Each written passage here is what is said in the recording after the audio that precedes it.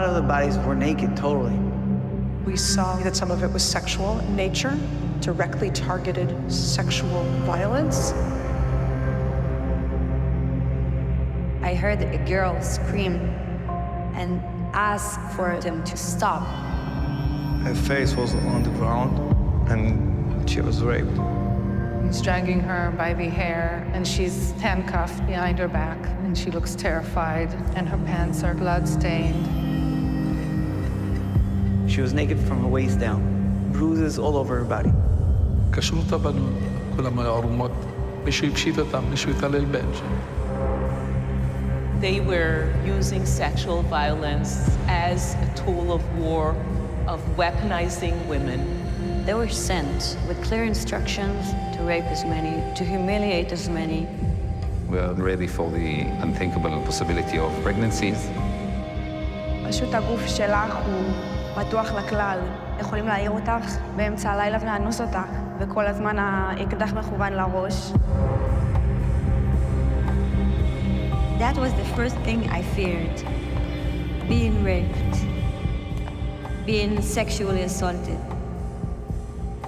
I remember the entire time I was like thinking, okay, you knew it's gonna happen. It's really happening. It's really difficult to talk about, but it's my calling, it's my duty to come out and talk.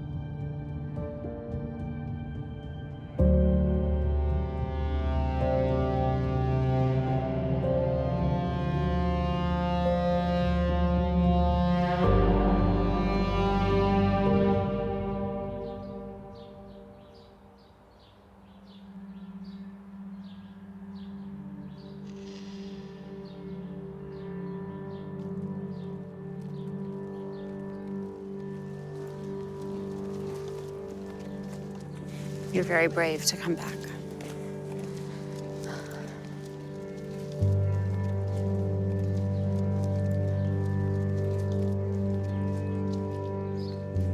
הוא נרצח כאן, עומר חרמש, וכאן זה שכנים שלנו שהם החזיקו את הדלת של הממ"ד מאוד מאוד חזק וממש נאבקו איתם והם ניצלו. המשפחה פה ניצלה עם הסבתא המבוגרת. זה הבית שלנו, גולדשטיין אלמוג. הבית שבנינו לפני 4.5 שנים, עברנו אליו. המקום הפרטי שלנו, המקום הבטוח שלנו, המקום שמאוד אהבנו.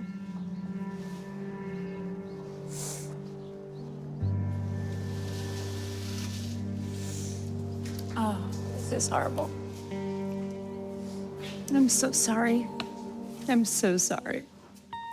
No one should have to live through this. You okay? Yes.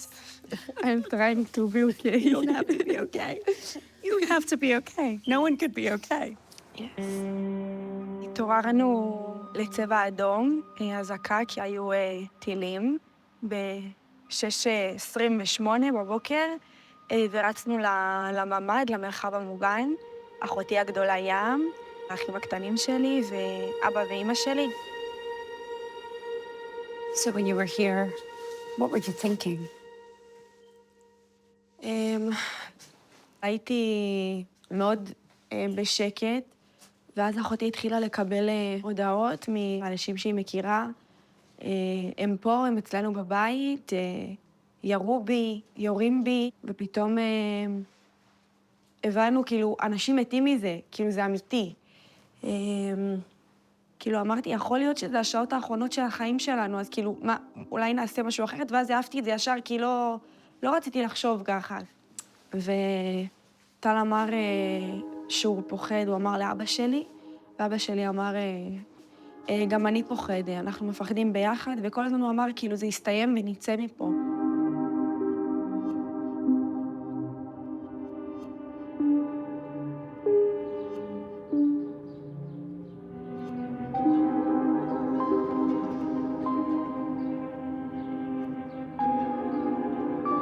So tell me about What happened here?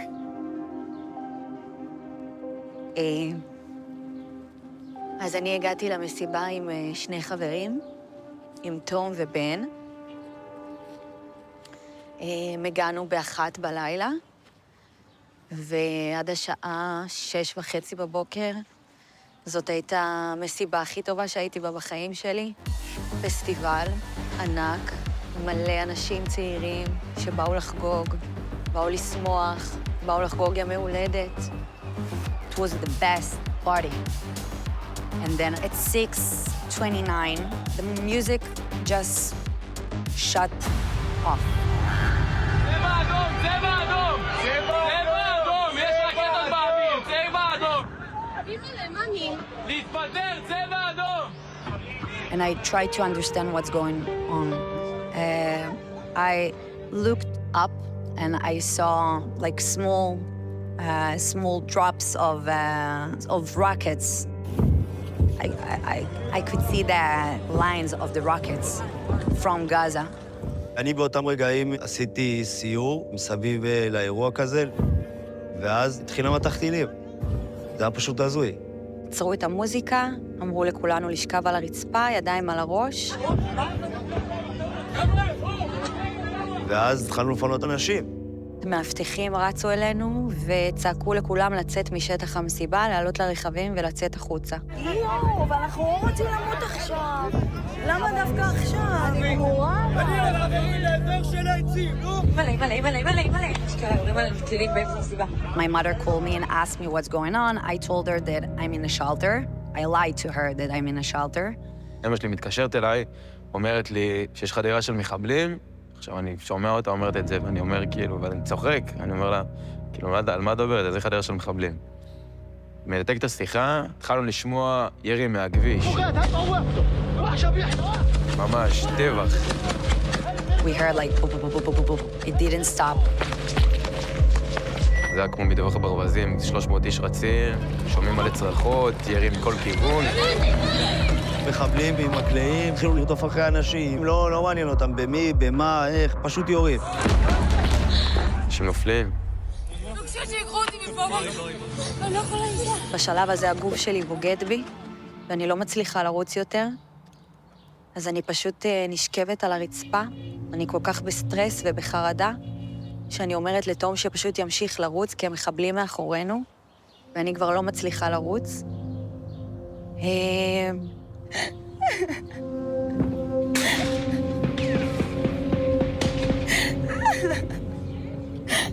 היה שם כאילו כאוס כזה מטורף, רק מנסים לרוץ למקום שנראה לנו מוגן. I saw my friends running to the trailer. I started to run. We still heard gunshots above our head.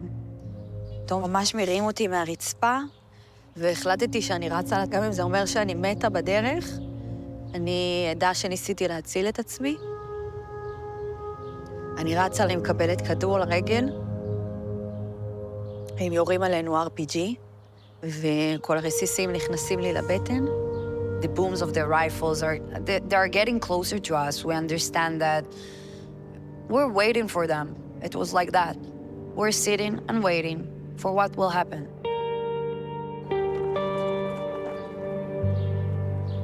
כאילו ממש ישבנו ככה על הילדים, עם הגב לכניסה של הדלת, כאילו לגונן עליהם, ככה.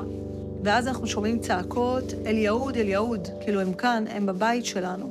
ואבא שלי לקח, בהחלטה האחרונה של הרגע, הוא לקח קרש מהמיטה של אחותי, והוא עמד פה בכניסה, ככה, עם הקרש. ואז הם ירו בדלת, אפשר לראות שזה גם עבר לכאן. וזהו, והם נכנסו והם ישר ירו באבא. ואני רואה אותו ככה נשימות אחרונות וידיים למעלה, וכאילו, לפני שנייה הוא ישב איתי פה, ולפני שנייה הוא... ואז כאילו, לא נפרדתי ממנו, ולא חיבקתי אותו, נשקתי אותו, וכאילו... הם מתחילים להוציא אותנו בשיירה, ואנחנו עוברים, כאילו נדב שוכב פה, ואנחנו סוג של עוברים ככה, כאילו מעליו, או מסביבו, ככה, כאילו מקיפים אותו, הוא שוכב פה. הוא שוכב עם ידיים למעלה. ואנחנו יוצאים בשיירה, בנים ראשונים. אחר כך ים, ואז אני, ואז אמא. גל וטל יוצאים, ים באה לצאת והיא מתעלפת ונתקעת בדלת. ואני משכיבה את ים פה, ואני לוקחת מים מהכיור, ואנחנו מנסות להעיר אותה. והיא מגיבה לי קצת, היא מתעוררת, והיא מתעוררת כזה, פותחת את העיניים, ועוד פעם, והיא מתעלפת שוב, וגם זה הרגע שמישהו מהם מושך לי בשיער, ואז אני זוכרת שפשוט יצאתי. אבל קשה לי עם זה שיצאתי, וגם אמא יצאה, ואז היא חזרה והיא ראתה שים ירויה בפנים.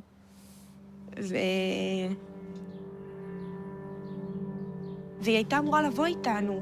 הוציאו אותה, כאילו, היינו אמורים להיחטף כולנו, גם עם ים. אבא כבר נרצח, אבל ים הייתה אמורה לבוא איתנו, והיא התעלפה, ואני מדמיינת איזושהי סיטואציה שהיא מתעלפת, ואני ואמא בחוץ, והיא פה לבד, והיא מתחילה להתעורר, והמחבל פשוט בא ויורה לה בפנים.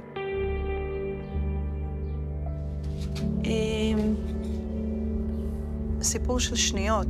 כן, זה לוקח לנו הרבה זמן לדבר על זה, אבל הכל קרה. ב-11:40 זאת ההודעה האחרונה של ים, וב-11:51 כבר יש סרטון שלנו באוטו, חוצים את הגדר לעזה.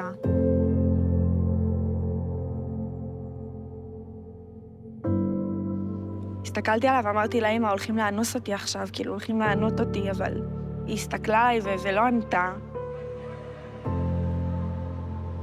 כאילו קיבלנו את זה, שזה הולך לקרות עכשיו, שאנחנו פה עכשיו.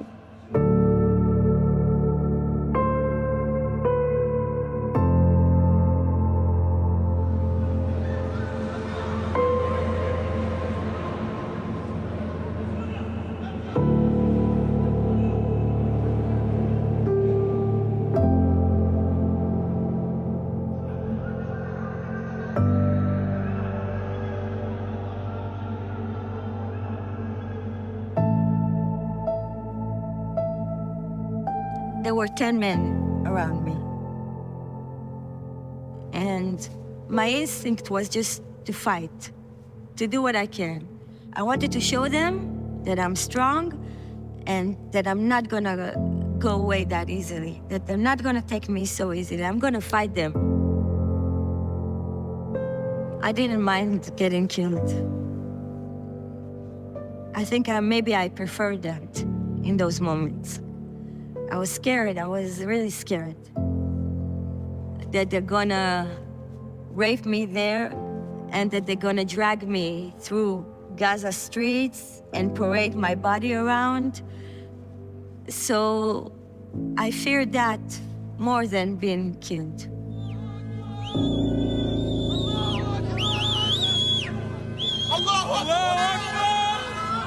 First thing you see is the terrorist drags Nama out, and her face looks terrified. She's barefoot and in her pajamas, and they're blood-stained.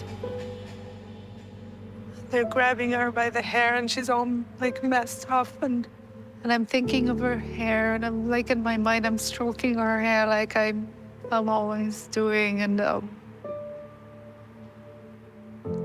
And I'm thinking of what she experienced, you know, until that point. And how long was she?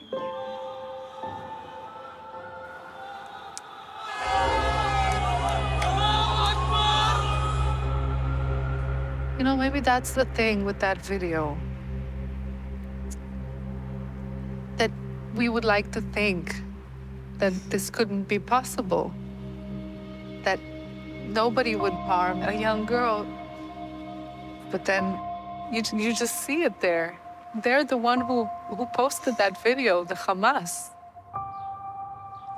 אז במשך 7 שעות אני שוכבת שם פצועה, ואני מתחילה לקבל סרטונים שחמאס צילמו, ובעצם אני מבינה שהם לא הגיעו רק לרצוח. וככל שהזמן עובר ואף אחד בעצם לא מגיע לחלץ אותנו, אני מבינה שיש להם זמן לעשות מה שהם רוצים.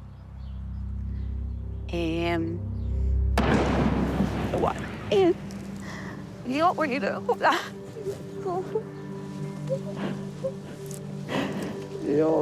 my God. It's so really.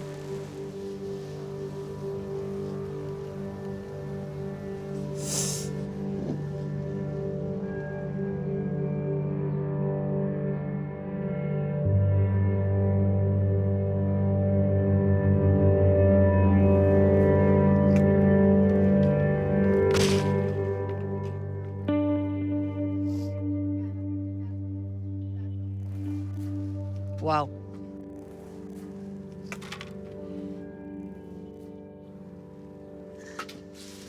Wow. That's crazy. That's crazy.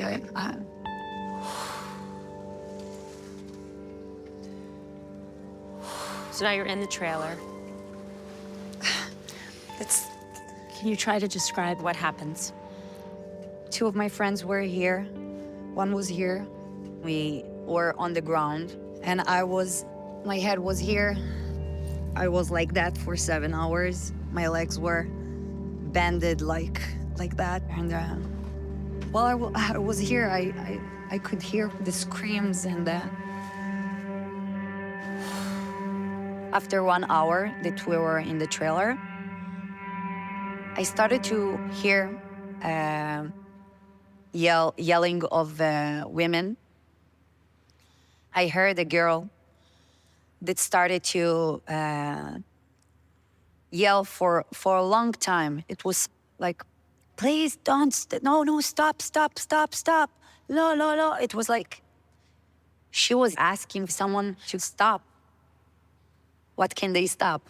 Someone is abusing her, someone touching her, someone is doing something. How do you know that? Or why do you think that? I know how it sounds. Like, I can understand how it sounds. There's no way that women will scream that loud for so long if it's not for asking for help because someone is doing something sexually to her. So when I hear like someone scream and then silence, I knew that it's probably someone got shot.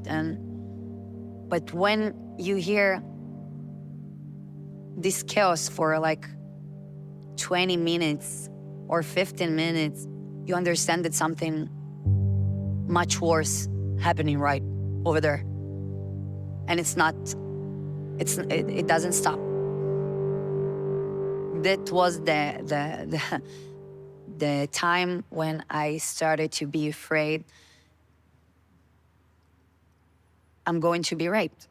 I thought about the fact that I have a piercing in an intimate place, and I was thinking about how can I take it off as fast as possible because they probably will rip it off. And then I'm starting to calculate what is worse, to get kidnapped or to be raped or to get shot. What's worse? What's better? I heard the girls who were yelling came from this side and also from this side. It like surrounded me. There were so many noises of women, different women, not only one. I also heard a couple. She didn't say words, like she was just screaming. And he begged for someone to leave her. I remembered that he said, "Azov ota," leave her alone. The guy was crying, I heard him. And for a long time. And how did it end? How did the screaming end in these cases? They got shot. And then silence.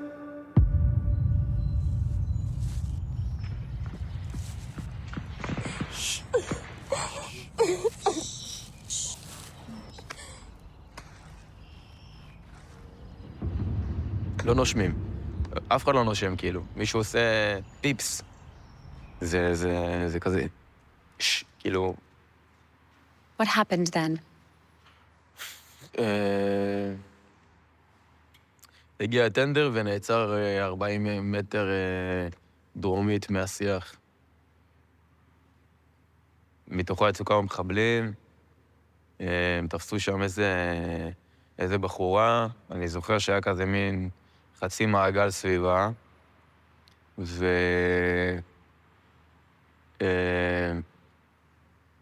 ואחד מהם כאילו הוא אנס אותה. אני זוכר שהמכנס שלה היה למטה, כזה עד החצי, והוא מאחוריה, וכאילו זה היה כזה... אבל לא משנה, בקיצור, So you actually saw his body moving and you knew what it was? כן. כשרואים אונס, אז יודעים שזה אונס, כאילו זה לא... הם עשו מה שהם רוצים. הם עשו פשוט מה שהם רוצים, הם לא... לא היה חוקים. שוהם שהיה לידי, הוא אמר כזה, הוא דוקר אותה, הוא שוחט אותה, משהו כזה, ואני לא רציתי להסתכל. וכשחזרתי חזרה, כשהסתכלתי עוד פעם, היא כבר הייתה מתה, היא לא... הוא עדיין המשיך בזה. הוא אנס אותה גם אחרי שהוא שחט אותה. זאת אומרת, יכול להיות שהוא אנס אותה כשהייתה מתה.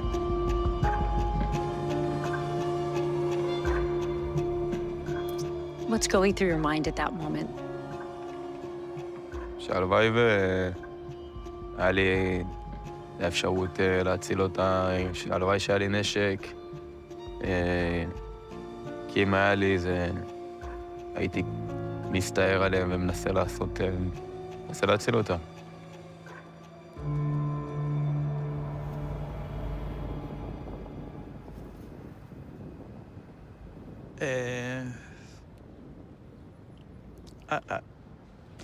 I was there that day by accident. No. Our mission, I don't know. Maybe a mission, yes. Can you tell us what happened? Where were you the morning of October 7th? I was at my home in Kiryat Ata at the north. Something like 2.5 hours to be here, turn on the TV.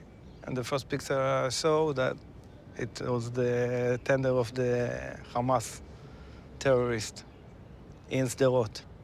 And I said, okay, stop. You must do something. I just took my gun. I took my car, start drive to Reim. Where did you tell your wife you were going? I lied. משטרה צה"ל! משטרה צה"ל! מי שמה בפנים? מי בפנים? מישהו? ריק. I don't know why I took my phone. משטרה צה"ל! יש פצועים! מישהו! יש לי פה הרוגים. 1, 2, 3, 4, 5 הרוגים. יש לי פה שוטרת. יש לי שוטרת הרוגה פה. יש בפנים. אוי, פחות. אוי ואבוי. יש פה מישהו עם סימן חיים. שייתן לנו סימן חיים. If even one would raise his hand. שום סימן חיים? מישהו, בבקשה. מישהו יכול לענות? מתקשר אליי קצין בדרום, והוא עושה ככה עם הטלפון, והוא מראה לי, הוא אומר לי, אתה רואה, אני ספרתי 125, אבל התבלבלתי במספר, יש לפחות כפול. הטילו לה את המשימה לטפל בהם, ואני לא יודע מה לעשות. אנחנו נמצאים פה בציר 232. כל הכביש הזה מלא ברכבים, חלקם שרופים וחלקם לא שרופים, אנשים ללא רוח חיים צעירים שרצחו אותם בדם קר על ידי ירי. אירוע קשה מאוד, כל מקום שאנחנו רוצים, יש גופות על הכביש, יש גופות בכל פינה, בכל מקום. הצורך שלא יתואר.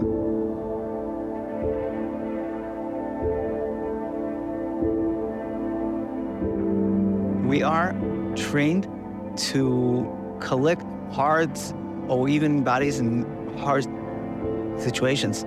Now, we go around the world to help. Hundreds of bodies I dealt with. I don't have words to explain what we saw.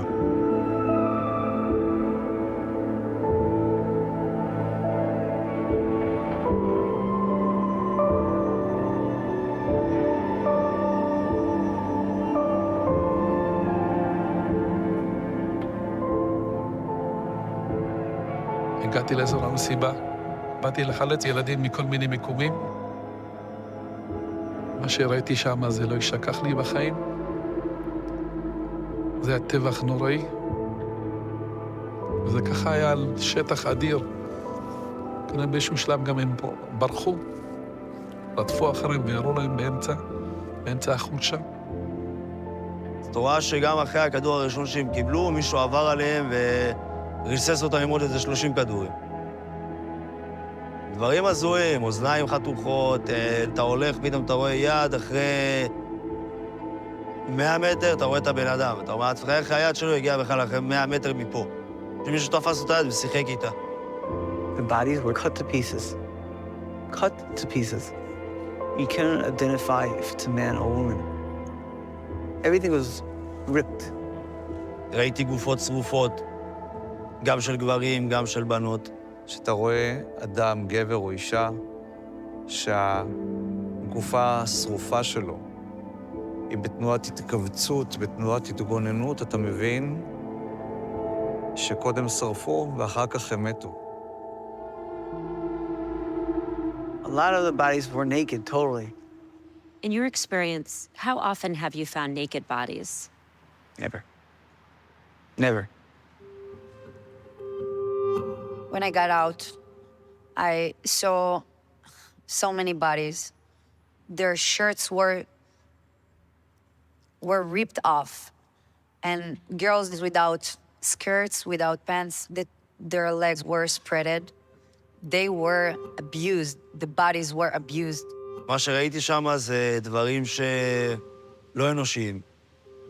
אם זה גופות של בחורות שהבגדים שלהם קרועים, איזושהי פוזיציה, את יודעת, שהיא שוכבת על הגב ורגליים פתוחות. היה גם איזו אחת שאת רואה ממש על פגש של אוטו, מכופפת עם מכנס למטה. אתה רואה גופה של בחורה עם בגדים קרועים ועם איברים כרותים כאילו. אז אתה אומר לעצמך, מה, גם אנסו אותה וגם שחטו אותה וגם ביטרו אותה, מה עוד יכולים לעשות לבן אדם כאילו? Her face was on the ground, and when I turned the body up to the other side, the shirt was down, and her tights, that she wore tights, was all covered blood. I believe in 100% she was raped. Why do you believe she was raped? The bullet was in the neck. So why there is blood and why the shirt is off? We came to a house. When we picked up the mattress, we found her body. This woman, we could not identify her from her face. She was naked totally. And she had nails around her female organs. Not only nails, but different plastic, metal things.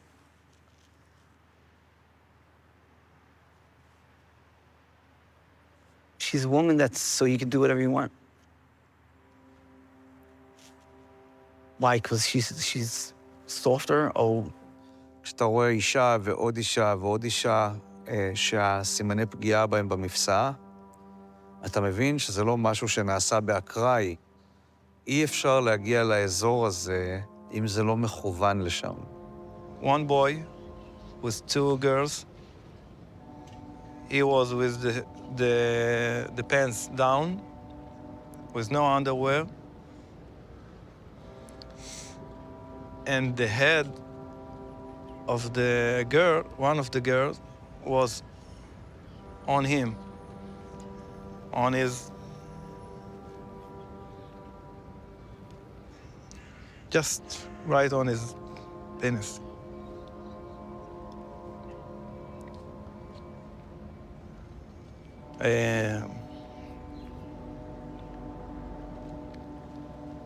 I just can't move on.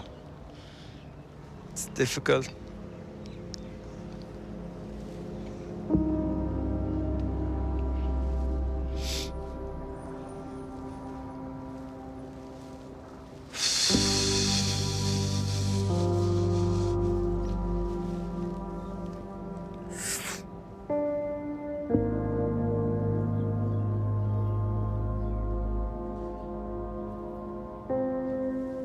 העצים האלה, כל עץ ועץ פה ראיתי בחורות קשורות, עם הידיים כפות. מישהו רצח אותם, אנס אותם, תעלל בהם, פה בעצים האלה. הרגליים שלהם היו פתוחות. מי שרואה זה יודע שהתעללו בבנות. מישהו הפשיד אותם, מישהו אנס אותם. והחדירו לעברים הפנימיים שלהם כל מיני דברים, כמו קרשים, כמו ברזלים. מעל 30 בנות נרצחו ונאנסו פה. הייתי צריך לסגור את הרגליים שלהם, לכסות את הגופות שלהם, שאף אחד לא יראה מה שאני ראיתי, אף אחד. אף אחד לא יכול לראות דברים כאלה.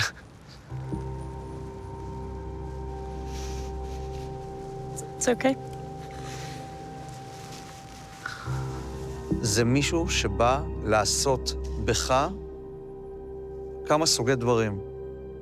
אם אין לו זמן, אז זה רק להרוג אותך. אם יש לו קצת זמן, הוא ישסף את הגרון. ואם יש לו יותר זמן, הוא יחתוך איברים. ואם יש לו עוד יותר זמן, הוא גם יפגע ויחלל, בפרט אם זאת אישה, הוא יחלל את הגוף שלה, לא בשביל הנאה, אלא בשביל ההשפלה. ואת זה מה שראינו. If it's okay, I'd like to see some of what you saw. אנחנו רואים כאן בתמונה אישה שקרעו לה את המכנסיים, ירו בה במפסע. As you can see, the body was brutal in different stages. This is a part of the breast. זה אישה שירו לה כאן, זאת אישה שירו לה כאן. Over here, and over here, and over here. זאת בחורה שהיא הייתה ערומה, הרימו לה חצאית, הייתה עד למעלה והיא בלי תחתונים, פגעו בה. And what is that there? That's one foot, that's the other foot. מכנסיים ותחתונים היו למטה. This is the body with the nails and the parts. When we get closer and closer, you can see the nails. Oh my God. אין שתי אופציות של מה שהם עשו. This is a piece of metal stuck there. אנחנו מצאנו אותה עם מכנסיים ותחתונים למטה. This is not connected to the body. זאת אישה שלקחו סכין ותקעו מלמטה, שחררו החוצה. Oh my God. I must seem like I'm disciplined and cool and calm. I'm not, but I feel that I have to tell this story clearly. And if I start to be emotional, I may not be able to continue to talk. I was at the Shura base, which is where all the victims of the October 7th massacre were brought. There were body bags lining the corridors from the floor to the ceiling on both sides. And we never knew what we would see. We never knew what the level of the atrocity would be inside the body bag. As we did more and more of what we were tasked to do, we realized that women were not just murdered. Women were shot in the head so many times that it seemed like there was an intention, an objective, to obliterate their faces. Most often, families couldn't be shown the faces of their daughters. And we began to see that some of it was sexual in nature, directly targeted sexual violence. Some came in with no clothing and mostly very bloody underwear. Did this feel systematic to you? Yes, it did seem systematic to use sexual violence as a weapon of war. I can't imagine why anyone in the world would have a reason to shoot a woman in the vagina or in the breast. A deliberate genital mutilation of this specific population of women. شو اسمك الرباعي؟ أحمد ملقوف. لأي منظمة أنت تابع؟ حماس. طبعا نخبة. دخلنا أول دار بعدين دار كانت المرة. طلعوا منه مرة. واحنا راجعين ورا كانوا مطلعين من جوا بنت عمرها يمكن 16 سنة أو 15 سنة. والثاني برضه كمان لابس فستان. كانت لابسة النورة. زرقاء وبلوزة بيضاء. الكلسون زاهري والصدر زاهري. بنت يمكن عمرها كانت 18 سنة وكمان 21 سنة. ومين طخيت هناك؟ طخيت مرة كبيرة. شو عملتوا في البنت؟ ايش بس قتل؟ حطيتها رميتها على الكنبة وأخذتها هيك نيمتها وشدحت العين وعملت اللي عملته. نمت معها. اغتصبتها. They were sent with clear instructions to kidnap as many, to rape as many, to humiliate as many, to murder as many. They came here with a mission, and they succeeded in the mission. How much evidence is there of the crimes of October 7th? There's a lot of evidence. We have over 200,000 visuals that we've collected. We have over 2,000 testimonies that have been taken. Among these evidence, we have substantial evidence for sexual violence that took place on the 7th of October. The first eyewitness who stepped forward, a young woman who hid in the bushes and described that very close to her, a few yards from her, there was a group of Hamas terrorists who pulled by the hair another woman who was stripped from the waist down. הוא מושך לה בשיער, היה לה שיער ארוך, הוא מושך לה בשיער. היא לא לבושה, ובעצם אני מבינה שהוא אנס אותה. הוא בעצם משנע אותה. כאילו, ממש אני זוכרת את התנועה הזאת. ואז מעבירים אותה לעוד מישהו, והוא חותך לה את השד. הוא חותך לה את השד, הוא זורק את זה על הכביש, הם משחקים עם זה. The bodies whose breasts were cut were found in several other locations.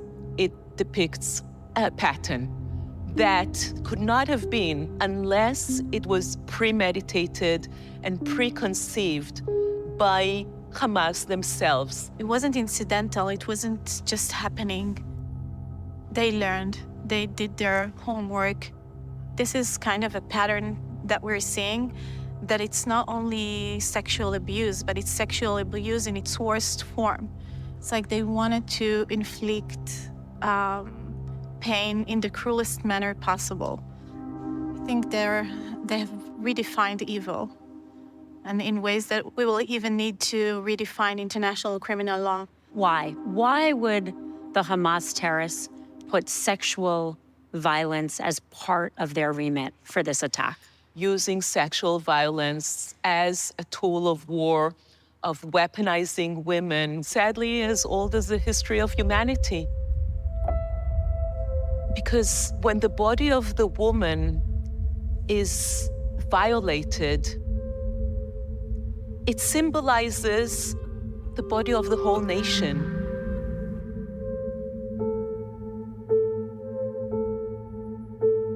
While I was in Gaza, I was chained for 3 weeks. I was kept in a really dark room without being able to move. And whenever I needed to go and use the bathroom, I needed to ask for permission.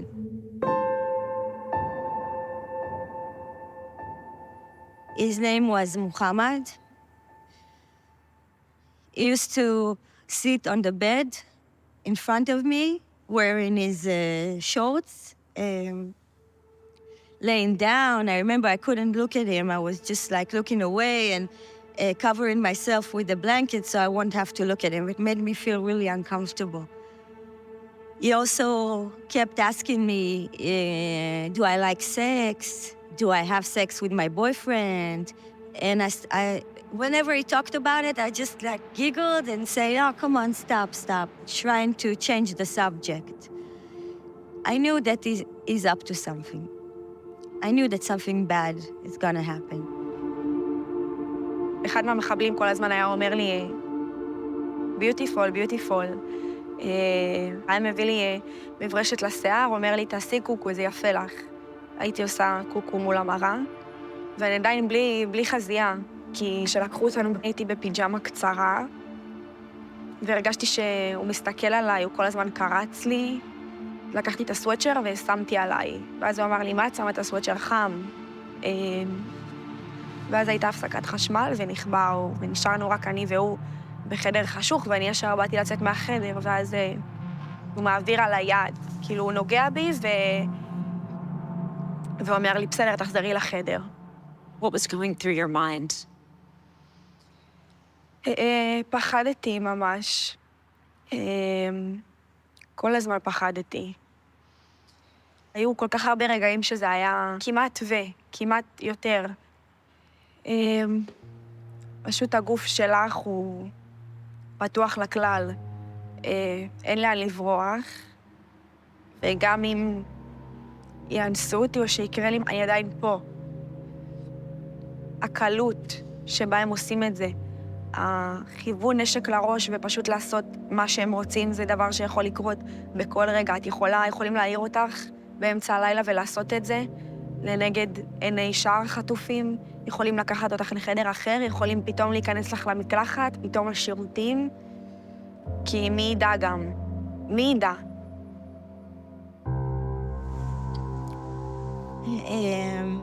So one day, Muhammad came and gave me women's sanitary pads. He said, dam. When you get your period, after that, you'll take a shower and you'll wash your clothes. And he kept repeating that every couple of times a day. That immediately made me feel creepy. I felt really scared, like I knew that something is about to happen. And the period was just for one day, but I fooled him to think that the period is continuing. So I remember going to the toilet, folding the pads really tight so he won't see that there's no blood. So I did it for about a week until I could not lie anymore. And he said, oh, come on, go take a shower. I told him, no, I don't want to. The water is cold. I don't want to take a shower. Please, I don't want to take a shower. And he said, no, don't worry. He untied me and took me to the kitchen and showed me a pot sitting on the stove. And I remember thinking, now is the moment. What you thought about is gonna happen. I bent down in the bathtub like this so I could cover myself up, taking the warm water from the pot and put it in over my head. And for 1 second, I completely forgot about everything. I just really enjoyed the warm water on my face. And then I remember hearing him saying, quickly, Amit, quickly. And then I remember I turned around. He was standing with his gun, and the gun was pointed out at me. and he was huffing and breathing heavily, and he had a face like a monster, like a beast, like this. So I stood up and held a blanket, the small blanket, to cover myself, and he came towards me and just pointed the gun really hard at my forehead, screaming at me, take it off, and punching me until I could not hold the towel anymore. And he started touching me, and I resisted, and then he dragged me to the bedroom. And then he forced me to commit a sexual act on him. And I remember the entire time I was like thinking, Amit, okay, you knew it's gonna happen. It's really happening. I said to myself, okay, you can handle this. You just want to survive. You need to survive. Your mom, your family is waiting. I just concentrated on that instead of what's really going on. And when he was finished, he went to clean himself up. I got dressed, covered myself up, and I was crying. He came in and he told me, I'm good, Amit, right? I'm good? No, I'm no good. No, I'm good. I'm your friend, right? I remember I could not look at him. I looked away. And then he got really mad. He closed the door, and I was in that room in complete darkness. Then he came in again and asked me, food? Food? I'm good, right? I'm good. Food? And I realized that if I say no, he's gonna punish me again. So I said, yeah, food. And that's the worst part, that I'm completely dependent on him, completely dependent on the guy who just forced me to do what he forced me to do. Of the girls you met, the hostages, how many experienced these sexual advances? כמעט, כאילו חצי מהן חוו התעללות מינית והתעללות פיזית, ועדיין נמצאות שם ועדיין חיות עם האונס שלהן.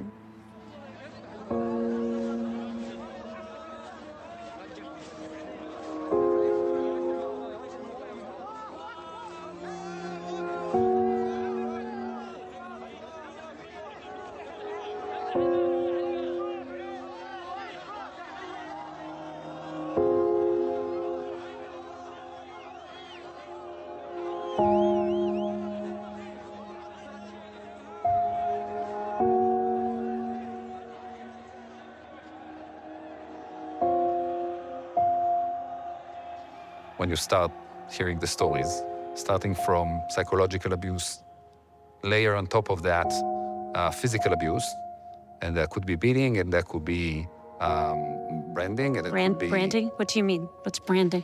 Branding is marking someone by burning a pattern, so they would be marked. And I got medication to sedate them. Some of the women were very concerned as to what happened when they got those medications. They didn't know. Do you have reason to believe that the hostages left behind faced even more sexual abuse? When I think of the people that are there for over 100 days, I'm scared of what we're gonna meet. We're ready for the unthinkable possibility of pregnancies and for needing to provide help in very, very difficult decisions that they and their loved ones would be facing when they come back. When I was released, I was in a hospital, and a woman's doctor came to see me, to ask me about what happened. And I remember telling her that I don't know if I want to tell. I felt guilty. I felt disgusted with myself, even though I had no choice. It's really difficult to talk about. But after I talked to the lady doctor and told her, I felt like something was released, like it made it better to talk about it. You haven't talked about this until now. Why? I decided to talk about it only after I heard that people are trying to say that it didn't happen. So I decided that I need to talk. I need to talk for women. I need to talk because I won't forgive myself if I will still see people that are saying that those things didn't happen when I know that they did. Now, I want to shout and talk to the world and let them know what's going on there. If I can help someone, if I can help the people who are still there, I want to. I feel like it's my calling to do so. I was in the scenes, and I'm the eyes, and I'm the mouth that can speak and can shout and can scream, because no one else could do it. We were there. Not only we, I was there. My hands, my eyes, and by speaking out, standing there, I'm respecting them. Most of the victims were murdered and silenced forever, but we know that there are survivors. And it will take a very long time before they speak out, if ever they speak out. We may never know the extent of the sexual violence because these women were silenced. So every one of us, women and men, must speak up for these women and say, we will bear your story, we will bear witness for you. You will not be forgotten, and what happened to you will be told.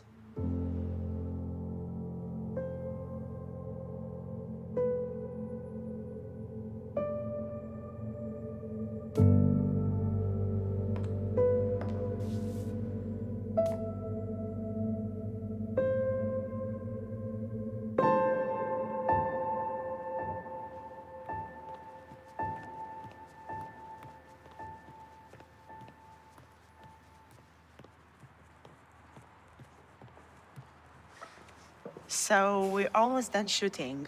What are your thoughts at this moment? It's been an honor to do this. This is the most important work of my life. And maybe everything I've done has led to this moment. Why? Why do you feel that way? You know, I've spent a lot of time in my life advocating for women, and it felt like this was a moment where we needed to be really honest and direct about what happened. Rape is never acceptable.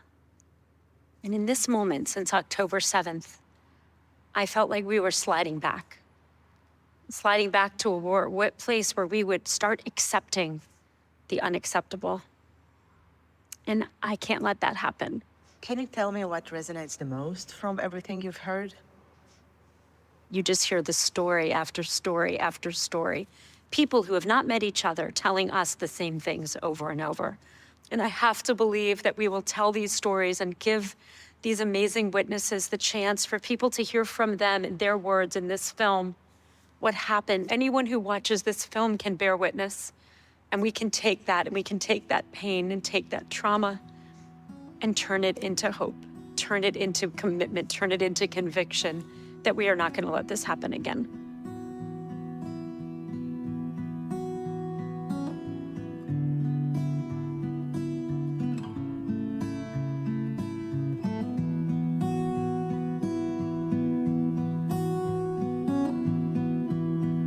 Scared of myself, I can't make a sound. And if I'm trying to talk, my head meets the ground. I'm laying right there, chained and unarmed.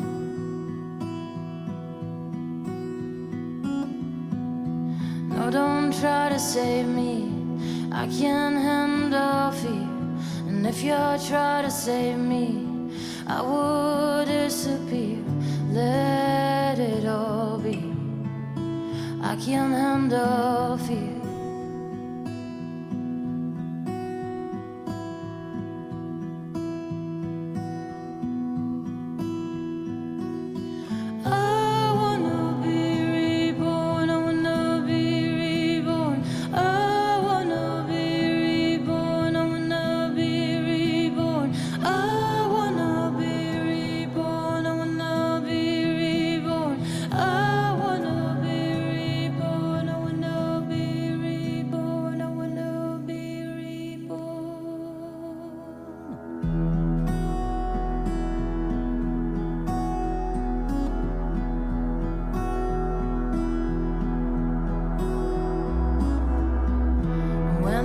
getting darker. It's my time to shine, like a star in the sky. Yours is just like mine.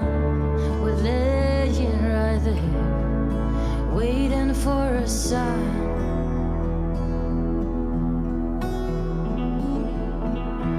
No, don't try to save me, 'cause I can't handle fear. Water falls around me, this time it's not